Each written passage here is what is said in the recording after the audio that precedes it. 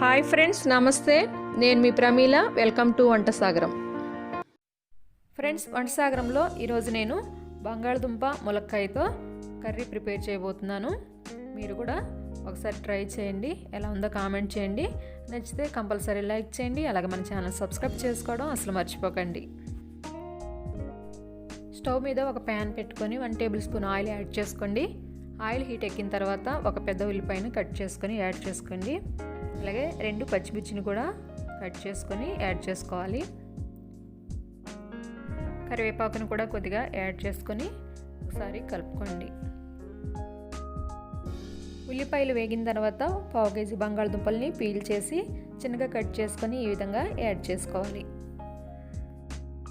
బంగాళదుంప ముక్కల్ని యాడ్ చేసిన తర్వాత ఒక చిన్న బౌలు ములక్కాడలను కూడా యాడ్ చేసుకోండి. అలాగే ఒక చిన్న బౌలు టమాటా ముక్కలను కూడా యాడ్ చేసుకోండి. ఇప్పుడు రుచికి సరిపడినంత ఉప్పు అలాగే కొద్దిగా పసుపును కూడా యాడ్ చేసుకొని ఒకసారి కలియబెట్టుకోండి. తర్వాత మూత పెట్టి మగ్గించుకోండి.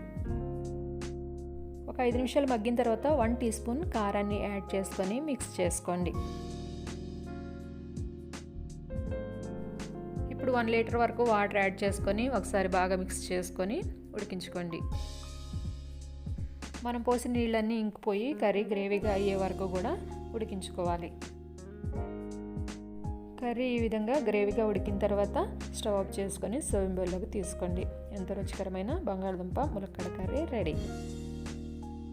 ఫ్రెండ్స్, ఈ రెసిపీ మీకు నచ్చినట్లయితే కంపల్సరీ ఒక లైక్ చేయండి, షేర్ చేయండి. అలాగే మన ఛానల్ సబ్స్క్రైబ్ చేసుకోవడం అసలు మర్చిపోకండి.